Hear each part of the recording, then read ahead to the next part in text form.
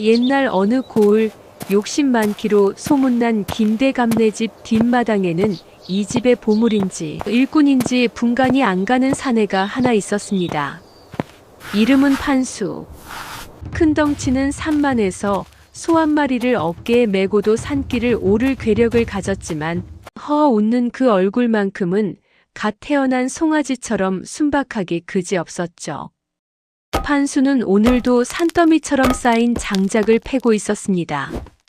도끼가 허공을 가를 때마다 무거운 파여름이 마당을 울렸고 결 좋은 장작들은 마치 판수의 성격처럼 반듯하게 갈라져 쌓여갔습니다. 하지만 판수의 마음은 오늘따라 장작 패기보다 제 품속에 가 있었습니다. 땀에 젖은 옷자락 안쪽 20년이라는 긴 세월 동안 남의 집 살이를 하며 한 푼 두 푼 모아온 낡은 전대 하나, 그 묵직한 돈주머니는 판수가 견뎌온 고단한 세월이자 그가 꿈꾸는 유일한 희망이었습니다. 판수는 잠시 도끼를 내려놓고 거친 손으로 그 전대를 어루만졌습니다. 한편 사랑채 대청마루에 앉아 곰방대를 빨던 김대감은 그 광경을 지켜보고 있었습니다. 김대감은 판수의 괴력을 아끼면서도 그가 모은 돈주머니가 탐이나 견딜 수가 없었죠. 김대감의 머릿속에는 이미 판수의 돈을 합법적으로 뜯어낼 궁리가 끝난 상태였습니다. 마침내 결심을 굳힌 판수가 사랑채 앞으로 다가와 무릎을 꿇었습니다. 조심스럽게 꺼내놓은 전대는 해졌지만 묵직했습니다. 판수는 숫기 없는 목소리로 평생의 소원인 집 한 칸만 마련하게 해달라고 간청했죠. 김대감은 짐짓 인자한 척 헛기침을 하며 판수의 정성이 갸륵하여 특별히 가문 대대로 내려오는 천하 명당을 준다고 말했습니다. 김대감이 말한 그 땅은 사실 마을 사람이라면 이름만 들어도 고개를 젓는 곳이었습니다. 산세 험한 골짜기 깊은 곳, 귀신 소동으로 주인이 몇 번이나 바뀌다 결국 칡덩굴만 무성해진 폐가였죠.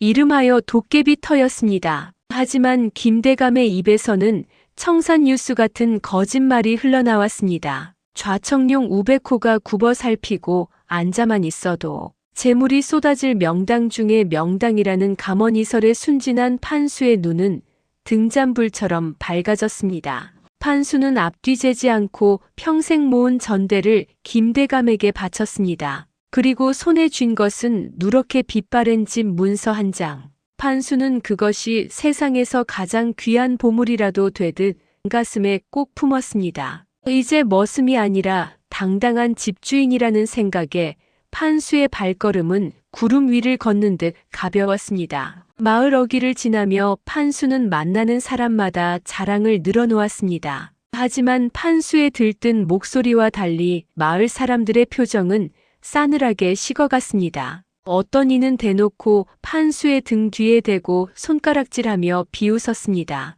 그러나 판수는 그 모진 말들을 듣고도 그저 허허 웃었습니다. 남들이 귀신집이라 부르든 흉가라 부르든 판수에게는 그저 생전 처음 가져보는 나의 집이었으니까요. 사람들의 조롱이 멀어질수록 판수가 꿈꾸는 새로운 삶의 터전은 한 걸음씩 가까워지고 있었습니다. 그것이 앞으로 벌어질 기막힌 기적의 시작임을 그때는 아무도 알지 못했습니다. 마을 사람들의 비웃음 섞인 손가락질을 뒤로하고 판수는 마침내 길을 떠났습니다. 김대감이 일러준 그 천하를 향해 한 걸음 한 걸음 향해 갑니다. 명당은 고을에서도 한참을 더 들어가 굽이굽이 산길을 넘어야 하는 외딴 곳에 자리하고 있었죠.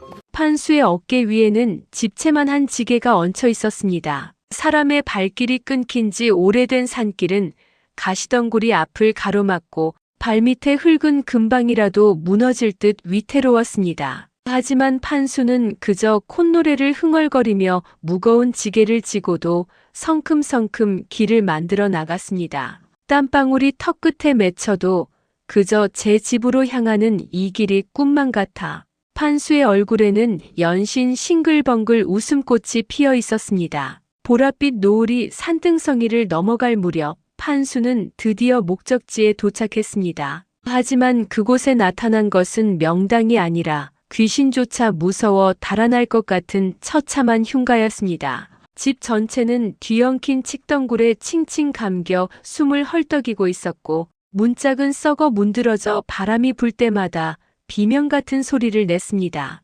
담장은 무너져 잡초가 무성하고 스산한 기운이 마당 가득 고여 있었죠. 마을 사람들이 왜 이곳을 도깨비터라 부르며 피했는지 단번에 알 수 있는 풍경이었습니다. 하지만 판수는 그 폐허를 한참이나 바라보더니 돌연 털썩 무릎을 꿇었습니다. 그러고는 감격에 겨워 눈물을 뚝뚝 흘리기 시작했습니다. 평생 남의 집 문간방을 전전하던 그에게 비록 낡고 허물어졌을지언정 비바람을 피할 지붕이 있는 나의 집이 생겼다는 사실이 가슴 벅차게 다가온 것입니다. 판수는 정중히 큰 절을 올리며 이 집과의 첫 인사를 마쳤습니다. 폐가에서 판수의 첫날 밤은 기묘하기 짝이 없었습니다. 다 뜯겨나간 방 안에 돗자리를 펴고 누우니 천장에서 무언가 긁는 소리가 들리더니 이내 묵직한 구렁이 한 마리가 판수의 가슴 위로 툭 떨어졌습니다. 서늘한 비늘을 번득이며 판수를 노려보는 구렁이의 모습은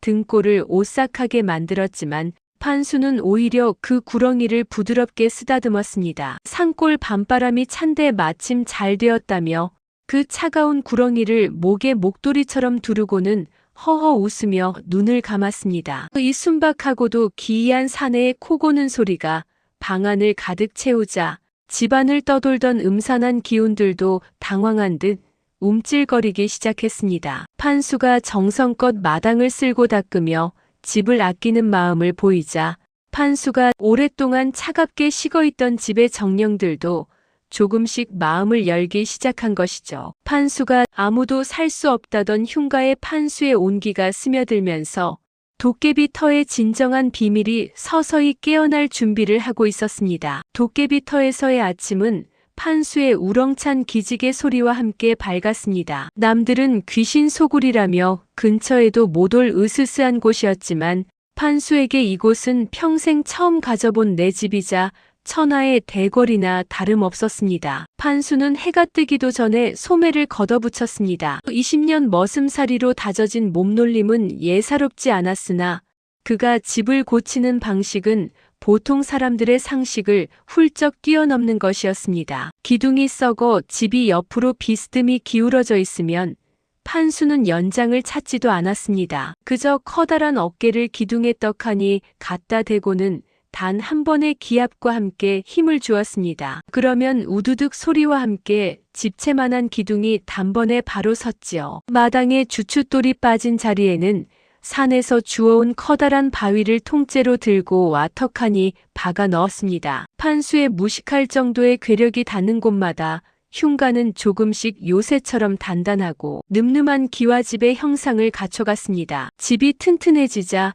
이번에는 마당에서 기이한 일들이 벌어지기 시작했습니다. 판수가 마당 귀퉁이에 무성한 잡초를 뽑을 때였습니다. 아이고, 잡초가 왜 이리 안 뽑힌다냐 하며 힘껏 잡아당기자 흙먼지와 함께 사람 모양을 닮은 거대한 뿌리가 줄줄이 딸려 올라왔습니다. 그것은 시장에서도 구경조차 하기 힘든 수백 년 된 천종산삼이었습니다. 판수는 그것이 귀한 산삼인 줄도 모르고 그저 큼직한 물을 캤다고 생각했습니다. 개울가에서 슥슥 닦아 아삭아삭 씹어먹는 판수의 얼굴에는 흐뭇한 미소가 번졌죠. 판수가 마당을 쓸면 흙먼지 사이에서 낡은 엽전이 툭툭 튀어나오고 담장 밑을 파면 진귀한 약초들이 돋아났습니다. 오랫동안 흉가에 쌓여있던 음산한 기운이 판수의 순수한 노동과 진심, 어린 애정에 감동하여 그 보답으로 땅속에 숨겨둔 명당의 복을 하나둘씩 내어주기 시작한 것이었습니다. 한편 산 아래 마을은 판수의 소식으로 연일 떠들썩했습니다. 모두가 판수가 벌써 귀신에게 홀려 죽었을 거라 확신하고 있었죠. 김대감은 판수가 죽었다면 그 땅을 다시 공짜로 차지할 수 있겠다는 생각에 하수인들을 산속으로 보냈습니다. 땅을 회수하려던 비열한 속셈이었습니다. 하지만 흉가에 도착한 하수인들은 그 자리에서 망부석처럼 얼어붙고 말았습니다. 으스스하던 흉가는 없고 윤기가 자르르 흐르는 튼튼한 기와집 마당에서 산삼을 무처럼 씹어먹은 판수의 얼굴에서는 황금빛 광채가 났고 거칠었던 피부는 갓 구운 떡처럼 뽀얗게 변해 있었습니다. 하수인들은 귀신이 아니라 도깨비 신령이 된 게 분명하다 며 비명을 지르며 산 아래로 도망치듯 달아났습니다. 하수인들의 보고를 받은 김대감의 눈은 탐욕으로 시뻘겋게 번뜩였습니다. 그 땅이 진짜 귀신 소굴이 아니라 보물이 쏟아지는 명당이라는 사실을 이제야 깨달은 것이죠. 내가 준 땅인데 내 허락 없이 보물을 캐다니. 당장 그놈을 쫓아내고 땅을 되찾아야겠다. 김대감은 판수를 합법적으로 몰아내기 위해 관가에 거짓 고발장을 올리고 포졸들을 동원할 음모를 꾸미기 시작했습니다. 판수의 평화로운 보금자리에 거대한 먹구름이 몰려오고 있었습니다. 하지만 판수는 여전히 아무것도 모른 채 마당가의 핀 꽃들에 물을 주며 허허 웃고 있었습니다. 이제 판수의 순수함과 인간의 추악한 탐욕이 정면으로 부딪히는 커다란 폭풍이 예고되고 있었습니다. 탐욕의 눈이 먼 김대감이 관가의 포졸들을 대동하고 나타난 것이었습니다. 김대감은 저놈이 내 땅에서 문서를 훔치고 보물을 가로챘다 며 시퍼런 고함을 질러댔습니다. 평생 남에게 싫은 소리 한 번 안 하고 살아온 판수는 갑작스러운 소동에 그저 멍하니 서 있을 뿐이었습니다. 하지만 김대감의 욕심이 집의 문턱을 넘으려는 찰나 기이한 일이 벌어졌습니다. 포졸들이 판수를 끌어내려 마당으로 발을 내딛자 멀쩡하던 땅이 부르르 떨리기 시작했습니다. 맑았던 하늘에선 난데없는 돌풍이 몰아쳐 포졸들의 눈을 가렸습니다. 마당의 기와장들은 부메랑처럼 허공을 날아다니며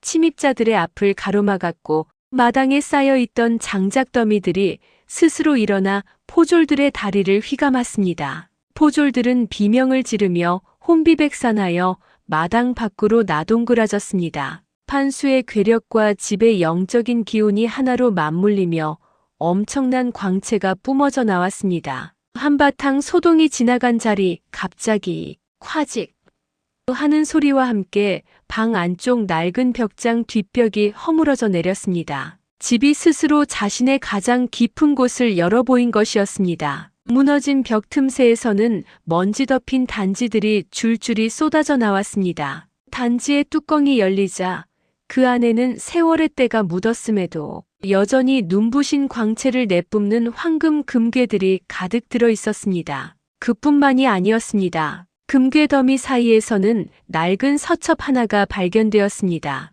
그 서첩에는 이 집의 원래 주인이 남긴 절절한 유언이 적혀 있었습니다. 이 집을 진심으로 아끼고 보살피는 순수한 자에게 모든 재산을 물려준다는 내용과 함께 김대감이 이 땅을 부당하게 가로챘던 과거의 증거들이 낱낱이 기록되어 있었습니다. 집은 자신이 숨겨왔던 마지막 비밀을 판수에게 선물하며 동시에 김대감의 추악한 죄를 세상 밖으로 끄집어낸 것이었습니다. 소동이 절정에 달했을 때 멀리서 웅장한 나팔 소리가 들려왔습니다. 소문을 듣고 암행 중이던 고을 사또가 관원들을 이끌고 폐가에 나타난 것이었습니다. 사또의 준엄한 호령에 김대감은 그제야 제 죄를 깨닫고 바닥에 머리를 찌으며 용서를 빌었습니다. 진실이 승리하고 판수의 순수함이 마침내 빛을 발하는 순간이었습니다.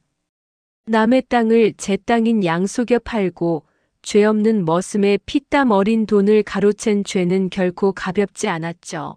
욕심이 잉태한 비극적인 결말이었습니다. 사또는 멍하니 서 있는 판수에게 다가가 인자한 미소를 지으며 선포했습니다. 이 집과 땅 그리고 발견된 금괴는 모두 정당하게 보살피고 찾아낸 너의 것이다.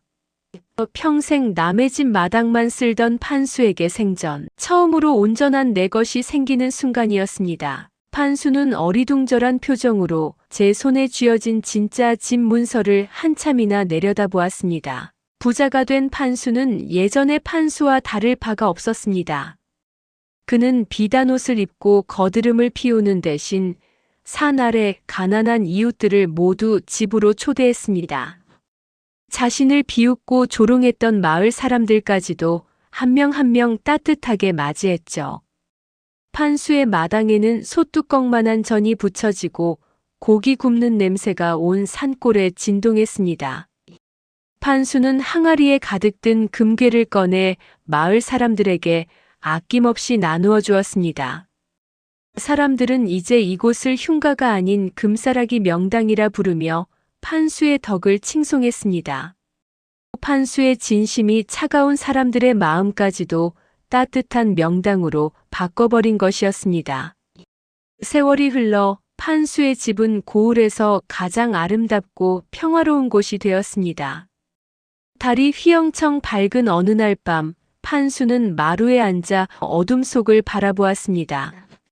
세상 사람들은 명당을 찾아 전국을 헤매곤 합니다. 하지만 판수는 우리에게 나지막이 말해주는 듯 합니다. 진짜 명당은 땅의 기운에 있는 것이 아니라 그 땅을 아끼고 보살피는 사람의 마음 속에 있다는 것을 말이죠. 순수한 마음 하나로 흉가를 보물 창고로 바꾼 판수. 그는 오늘도 황금빛 노을이 내리쬐는 마당에 앉아 행복한 미소를 짓고 있습니다. 시청자분들도 판수처럼 순수한 마음과 행운이 가득한 하루 되시길 바라며 여왕의 담을 마치겠습니다. 감사합니다.